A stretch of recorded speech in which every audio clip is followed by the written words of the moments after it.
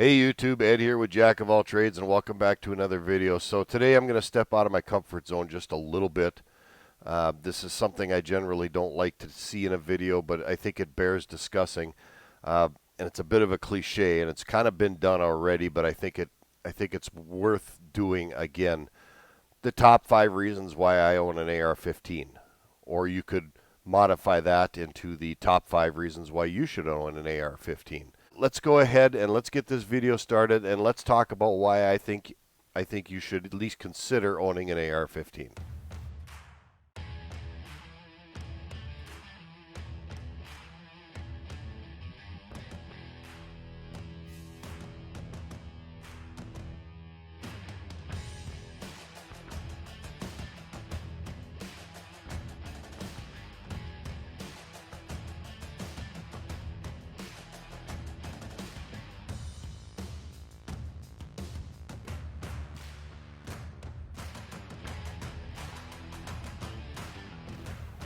Okay, before we get into the top 5, let's just really briefly cover the history of the AR-15. I'm not going to go into depth here because there's quite a few YouTube videos that are documentaries on the history of the AR-15, and there's quite literally hundreds of references out there that you can read. But let's just do a real brief overview. In the 50s, the AR-15 was invented by a man named Eugene Stoner. Mr. Stoner was an engineer who worked for the Armalite company. That's how AR came into the AR-15. It was Armalite rifle number 15. That's how many tries it took him to get a working prototype. Mr. Stoner was an engineer who had a lot of experience in the aircraft industry. He'd been working with aluminums and aluminum alloys and fiberglasses and polymers and things like that. And the military was in the process of transitioning out of the M1 Garand, which was the main battle rifle for all of World War II and into the Korean conflict. So Mr. Stoner came up with the concept of the AR-15 as a lighter platform for the main battle rifle for our armed forces. Ultimately, the military rejected it. At the time, it was considered that the AR-15's round, the 5.56 NATO, was not a powerful enough round to be effective in combat. So they rejected the AR-15 concept and they decided to go with the M14. And well, after the rejection, Armalite decided they were going to sell the patent rights of the AR-15 to a very little unknown company called Colt. That's a little bit of sarcasm. Everybody knows who Colt is. And when Colt got a hold of the patent rights with the help of a couple of persistent generals, they represented the AR-15 to the military as the M16. Ultimately, the M16 was adopted by the military right about the beginning time of the Vietnam conflict and has been the primary platform for all of our armed forces ever since. It's gone through a couple of variations. We had the M16 and then the M16A1 and then the M16A2 and then the M4 carbine and variants thereof, which are still being used today. Since the inception of the M16, there has been a civilian variant which still carried the name AR-15. However, it didn't really catch popularity until the latter part of the 80s into the 90s, and now in the 2000s, it is the most popular modern sporting rifle sold to date. They are wildly popular, and people like them, and for very good reasons that we will go over in the top 5. So that's just a very brief history of the AR-15. Now let's talk about the top 5 reasons why you should own one. All right, reason number 1. Why is an AR-15 a good rifle? Why should you own an AR-15? A lot of people buy a handgun for personal defense or for home defense. There's not a lot of people out there that carry a firearm on them on their person at all times. It's getting to be more and more, but a lot of people buy a gun for home defense. They want to be able to defend themselves in their homes. Home burglaries are on the uprise. The inflation with things being as expensive as they are, people are getting broken into more and more and more, and they want to be able to protect their families. An AR-15 is actually a very good platform for home defense. It's not my preferred platform, but it is a very good platform for home defense. And why is that? Because it's much easier to shoot than a handgun. A handgun requires a whole lot of practice. And if you don't practice with a handgun on a very regular basis, getting those shooting skills and getting that muscle memory down, and if you're not on the range on a regular basis shooting a handgun, it's a perishable skill and you'll actually lose it. An AR-15 is a rifle, and it's much, much easier to shoot than a handgun Basically, it's because you go from 2 points of contact when you're firing a handgun to 4 points of contact when you're firing a rifle. Your shoulder, your cheek, your front hand, your forehand, and your trigger hand are all contacting the rifle, and it's much easier to shoot a rifle than a handgun. Now that doesn't mean you don't have to go to the range and practice. You still should shoot it, and you still should practice. But even somebody with minimal training can be effective with a rifle in a home defense situation. You just have to understand how it works. You have to remember where the safety is and be able to employ some basic rifle marksmanship skills. And in a home defense situation, your longest shot's going to be what, 75 feet, 80 feet maybe? A rifle will be very effective. If you load that weapon with home defense rounds, you don't have to worry about things like over-penetration and parking around in your neighbor's living room because it went through some walls, things of that effect. Police grade and home defense rounds are kind of designed to not over-penetrate, yet still do the job that they were intended to, and that's to get the bad guy. Reason number 2, AR-15s are actually a very lightweight weapon. Take this weapon right here. This is my coyote rifle. It's chambered in 5.56. It's very lightweight. The receiver is primarily made of aluminum. There's a lot of plastics and polymers on here, and that greatly reduces the weight of the firearm. If you get rid of this scope and just put iron sights on it, you got about a 6.5 pound rifle here. You load a full magazine into it, you're probably looking at about 7 pounds. So it's very lightweight. Well, why does that matter? It matters for several reasons. Well, reason number 1, small statured people. Anybody can shoot this. You don't have to be a big person. Now, I'm 6'3", 260 pounds. I'm a pretty big, strong guy. Weight really doesn't matter to me all that much, but I can give this rifle to my daughter, and she can shoot it. In fact, she has shot it, and she's actually quite good with it. She loves shooting this. Small statured people can handle this firearm. It's very lightweight. If you buy an AR-15 to hunt with, and these are good hunting weapons, again, the light weight of it makes it nice to carry in an all-day hunting situation. Whether you're hunting coyotes or if you've got your AR-15 set up in a caliber to deer hunt, or you're hog hunting, or if you've got one set up in a 22 rimfire and you're just going out and you're dispatching some rabbits for the stew pot, AR-15s are actually very good hunting rifles, and the light weight of it makes it a very nice rifle to carry for a day of hunting. So the weight of an AR-15 is a very big determining factor on one of the reasons why you should own one. Reason number 3, low recoil. Now, the AR-15 was originally chambered in 5.56 NATO, which is equivalent to the 223 Remington, which isn't a very big caliber in and of itself. The 223 Remington's already got low recoil the way it is. But the AR-15 actually further reduces that recoil. This firearm is what's called a gas-operated direct impingement firearm. And what does that mean? That sounds really fancy, and it sounds really ominous and really evil. Actually, it's not. All it means is that the gun is using the gases and the burnt propellants inside of the barrel to work the action to make it work so it can eject and load new shells. Well, that whole process, and then also it's got a buffer spring inside the buttstock here. If I actually take this off, I can show it to you. It's got a buffer spring inside of the buttstock, and that buffer spring is exactly what it says. It's right here. It's inside of the stock, and when the bolt comes back and operates, it pushes against that buffer and that buffer spring, and that actually reduces some of the recoil, and that's what it's designed to do. So it's a very low recoiling rifle, and if you get somebody who's recoil sensitive, or again, a smaller statured person like my daughter, she's, 5'5" and a $110 soaking wet. She's a dancer, so she's very thin and she's very fit. You get a small statured person like that, recoil can be a big deal.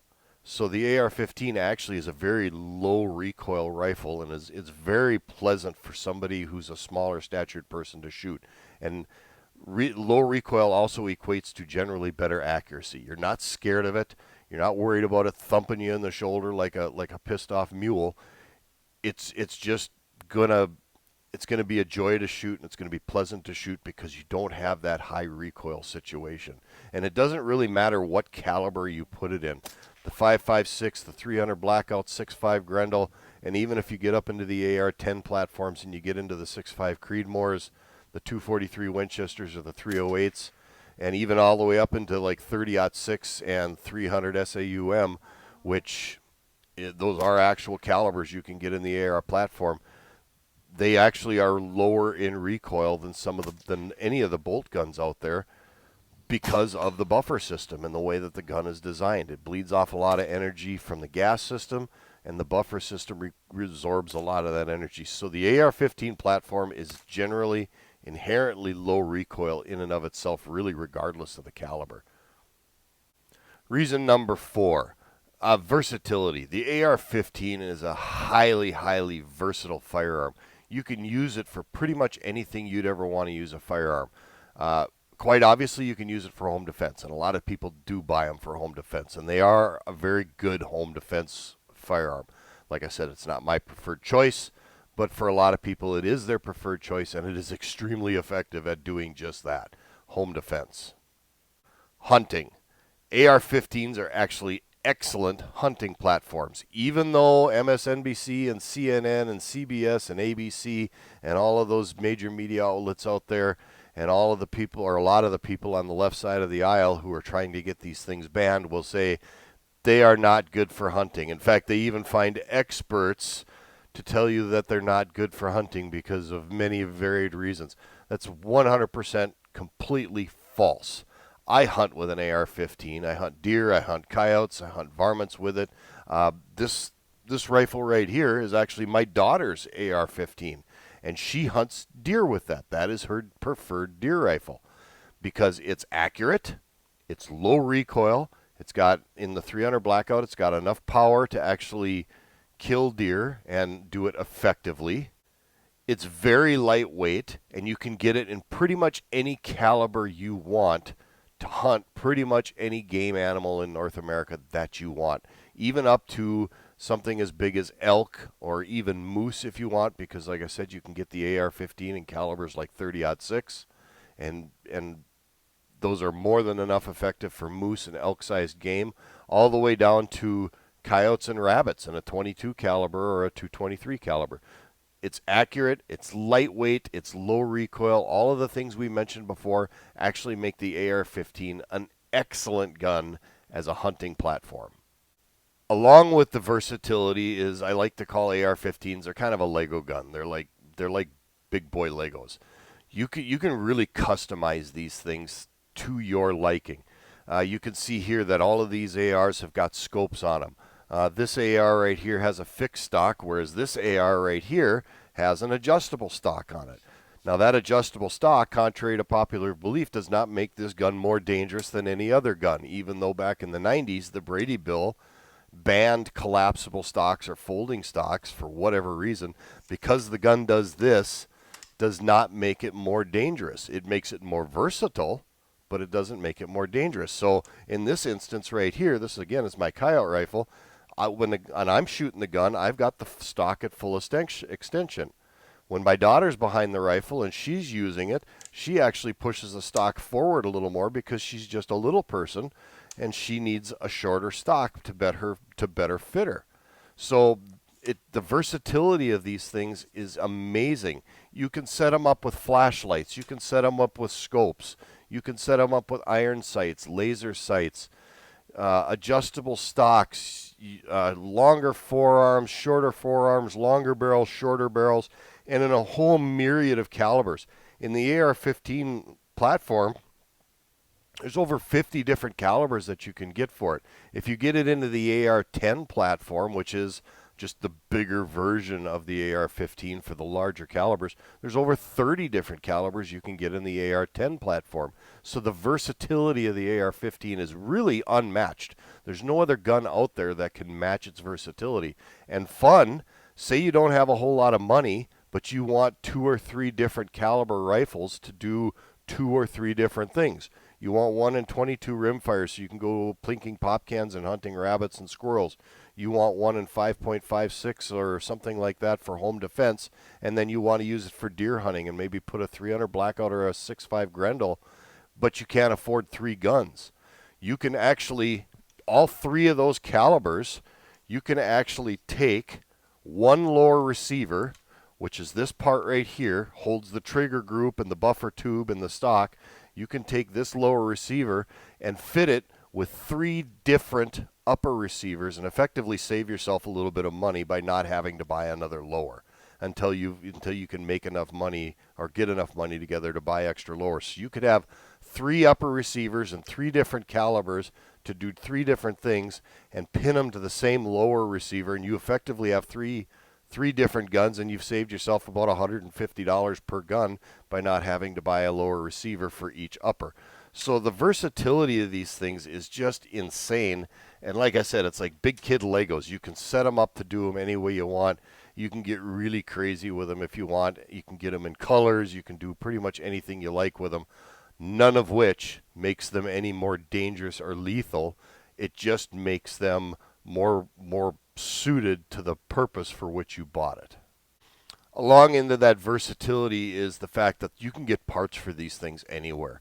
AR-15s are, for the most part, built to what's called a mil spec or a military specification, which means the parts are oftentimes very, very interchangeable. And the parts are also oftentimes interchangeable in between calibers.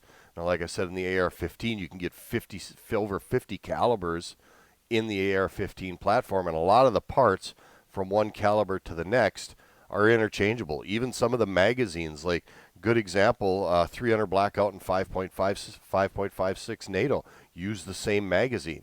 You don't have to buy separate magazines to shoot those 2 different calibers. It's just essentially, really, it's just a different barrel.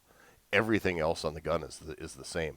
So there's lots of parts out there for them, and you can buy parts, and they're so easy to work on. Anybody can work on these things.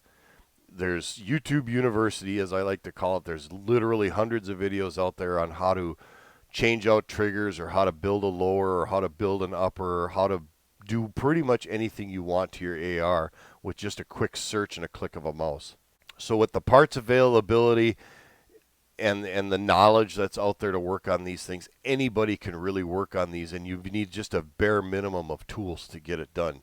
And you don't need to be a licensed gunsmith, and you don't need any complicated, expensive tooling to work on an AR-15, which is why, one of the reasons why the AR-15 is the most popular rifle being sold in America today. And finally, the 5th and final reason as to why I think you should own an AR-15 is because you can. We have a Second Amendment to the Constitution for a reason, and that's because our founding fathers, when they fought for this country's freedom to be free from the tyranny of England, they knew it was paramount for the citizen population to be able to arm themselves. To a large degree, the winning of the Revolutionary War was due to the militia, and the militia was a civilian population of people that were called up to fight using their own arms. The Army didn't equip them. They brought their own firearms with them to fight the battles. And our founding fathers knew that was paramount. So the Second Amendment has been put into place for a very good reason.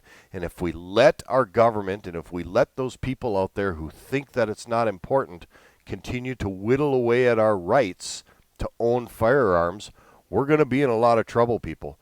It just is the way, because as soon as you're able to completely disarm your citizen population, there's going to be problems. And make no doubt, they do want to completely disarm you. They want to take all your guns. You hear all the time from people on the left side of the aisle, oh, nobody's trying to take away your guns. We just don't think you should have certain guns. No, that is completely false, because when you talk to people on the left, or when you hear conversations of people on the left and they think you're not listening, they flat out say, I don't think anybody should own guns. Guns should just be illegal. Guns should be illegal? Yeah. Why do you think that? Why? Because there's no need to have them. So you don't think anyone should be allowed to have a gun? No, look at like Australia. Guns should be banned because they only have one use, and that's to kill and maim. If I could have gotten 51 votes in the Senate of the United States for an outright ban, picking up every one of them. Mr. and Mrs. America, turn them all in. I would have done it. That's really what they want to do, is take all the guns out of your possession. And that's not right, and that's not going to fly with guys like me. And taking away an AR-15 is just the first step. So don't be fooled and don't be lulled into that. 99% of gun owners out there are not crazy people. They're not going to go shoot up a school. They're not going to go shoot up a church. But according to the media, we have this rampant problem of mass shootings. And we have a rampant problem of mass shootings because the media chooses to frame it that way. You got to understand that the media these days is no longer interested in reporting the news for the betterment of the people. They are only interested in reporting the news for two reasons: to push their agenda and to make money. That's it. That's all CNN cares about. That's all ABC, MSNBC, CBS, and Fox News. That's all they care about, is making money. So they cherry pick the stories to get the high interest stuff, to get your emotions all worked up, and to get you out there to say, oh my God, these things are awful and we need to get rid of them because AR-15s and AK-47s and all the assault rifles are so dangerous we can't possibly have them. I got news for you. Back in the 30s,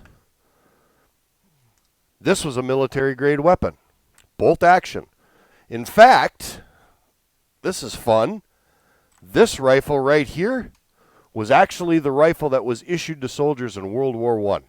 This is a 1903 Springfield rifle. This was an Army military grade rifle. It has since been sporterized. The barrel's been shortened. There's been some wood taken away from it. It's been turned into a deer hunting rifle. But this was actually a rifle that was used in combat in World War I. I looked up the serial number. It was issued to a soldier in the Army, and he took it with him over to France, and this gun actually saw combat. The receiver part of it anyway. I don't know if the barrel's been changed. I think it might have been, but at one point in time, this gun was a military weapon. All guns were military grade at one point in time. Do not be lulled into being made to believe that those are any more dangerous out there than any other firearm that you can own. So there you have it. The top 5 reasons as to why I think you should own an AR-15. It's just really a great platform. It's not the most popular selling rifle in America today for no reason. And I really, if you don't own one, you really should explore the option and at least go out and try one. There's enough ranges out there where you can rent one of these for a couple of hours and you could shoot it and try it out. AR-15 owners are not hard to find. We're all over the place. Get a buddy to go with you or borrow your buddies. Go out to the range and give it a dance and see how it shoots. And just don't believe the myths.